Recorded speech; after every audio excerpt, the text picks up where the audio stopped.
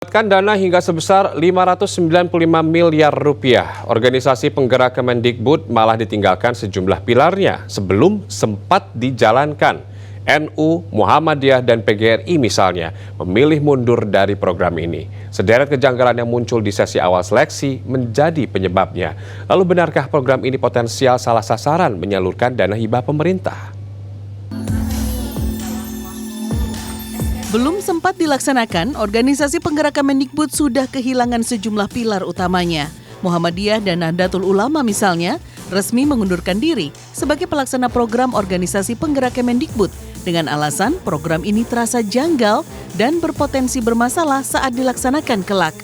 Kejanggalan tampak mulai dari proses seleksi, pengumuman peserta pelaksana program hingga banyaknya nama lembaga baru yang tidak jelas rekam jejaknya ternyata berhasil lolos seleksi dalam kategori gajah atau kategori penerima dana hibah yang besar. Selain itu, banyaknya tuntutan persyaratan yang dinilai tidak esensial membuat sejumlah kandidat memilih mundur, di antaranya Lembaga Pendidikan Ma'arif Nahdlatul Ulama. Kami melihat dari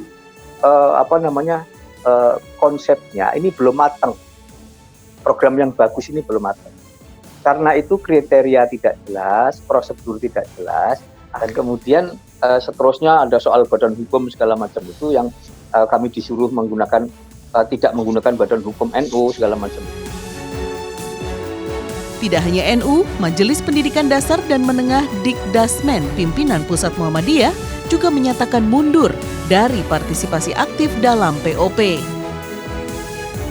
Seperti Muhammadiyah juga begitu, takutlah nanti kalau masyarakat mencemooh program seperti anggaran seperti besar ini, toh hasilnya nggak ada karena dikerjakan oleh orang-orang yang nggak punya kompetensi. Nah, padahal Muhammadiyah, NU ataupun PGRI itu ya serius karena pengalamannya sudah luas. Tidak hanya NU dan Muhammadiyah, Persatuan Guru Republik Indonesia atau PGRI juga memilih mundur dengan sejumlah alasan. Di antaranya, dana program yang sangat besar ini dinilai baru bermanfaat bila digunakan untuk membantu siswa dan guru di wilayah terpencil, terutama di masa pandemi. Tentang mundurnya PGRI dalam program organisasi penggerak, ini telah diputuskan secara bulat. Program ini belum memiliki kriteria yang jelas di dalam rekrutmen peserta gitu. Dana yang sangat besar itu akan sangat bermanfaat bagi guru, bagi siswa, guru, dan mungkin membantu jaringan. Kejanggalan lainnya adalah dugaan sejumlah organisasi dan yayasan besar malah menerima hibah dana dengan angka tidak sedikit. Salah satunya Tanoto Foundation yang disebut menerima dana hibah dari pemerintah dalam program ini. Dalam rilisnya, Tanoto Foundation menampik tudingan ini. Sebaliknya, pihaknya mengaku telah menginvestasikan dana hingga 50 miliar rupiah untuk 2 periode masa program.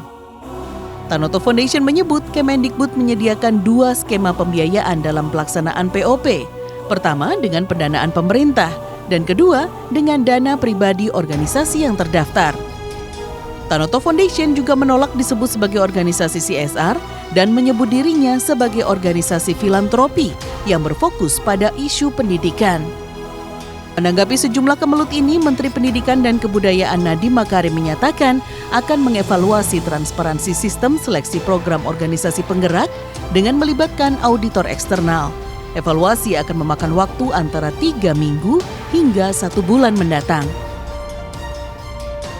Integritas dan transparansi sistem seleksi yang telah kita lakukan, kami tidak hanya ingin melihat secara internal, tapi juga mengundang pihak eksternal. Kedua, kita ingin memastikan bahwa semua organisasi yang lulus seleksi memastikan integritas dan kredibilitas dari masing-masing organisasi yang masuk ke dalam program organisasi penggerak. Program organisasi penggerak Kemendikbud yang menghabiskan dana 595 miliar rupiah ini awalnya dibuat untuk meningkatkan kualitas pengajar saat ujian nasional ditiadakan. Program ini mengajak organisasi masyarakat di bidang pendidikan berlomba membuat pelatihan untuk guru dan kepala sekolah agar menguasai numerasi dan literasi. Potensi masalah pun muncul karena ada potensi salah sasaran dana hibah negara dengan munculnya organisasi non-lembaga pendidikan yang lolos. Besaran dana yang diberikan dibagi menjadi 3, yaitu kategori gajah yang akan mendapatkan dana 20 miliar rupiah per tahun, kategori macan 5 miliar per tahun, dan kategori kijang 1 miliar per tahun.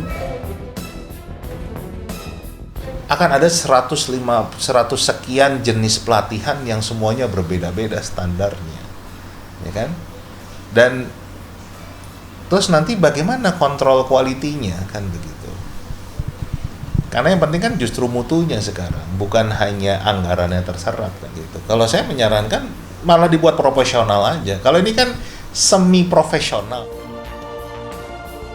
Sejauh ini dari 156 organisasi masyarakat yang lolos dalam penjaringan POP, ada 183 proposal yang telah disetujui dan akan dijalankan pada bulan Juli 2020 ini.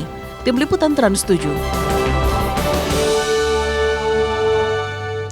Lalu bagaimana masyarakat menanggapi rencana program organisasi penggerak ini? Akankah program ini mendatangkan manfaat? Simak opini masyarakat dalam Warga Bicara yang dirangkum Bram Herlambang dan Daud Thompson.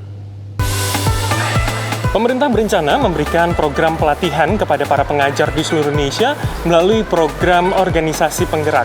Lalu seberapa efektifkah program ini menurut masyarakat dan kira-kira apa saja pelatihan-pelatihan yang diperlukan bagi seluruh tenaga pendidik di Indonesia? Perlu ada yang harus di-enhance dari kemampuan atau kapabilitas dari guru sekarang. Mungkin pelatihan yang sesuai dengan perkembangan teknologi saat ini apa? Latihannya mungkin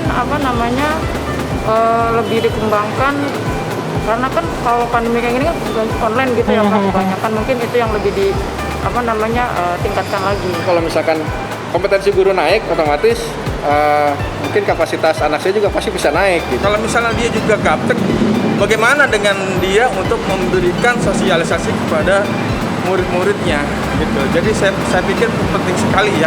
Mungkin pemerintah harus lebih gencar lagi untuk ke pedalaman untuk koneksi internetnya ya gitu. Kalau menurut saya sebenarnya tidak perlu untuk lembaga khusus ya. Mungkin lebih baik seperti yang lalu-lalu. Jadi cara penyampaian kepada anak kondisi di saat sekarang kan itu benar juga berbeda dengan zaman dulu. Saya rasa penyesuaian itu perlu. Bagaimana metode-metode pembelajaran, apakah perlu diupdate dengan kondisi sekarang? Terima kasih banyak, Pak.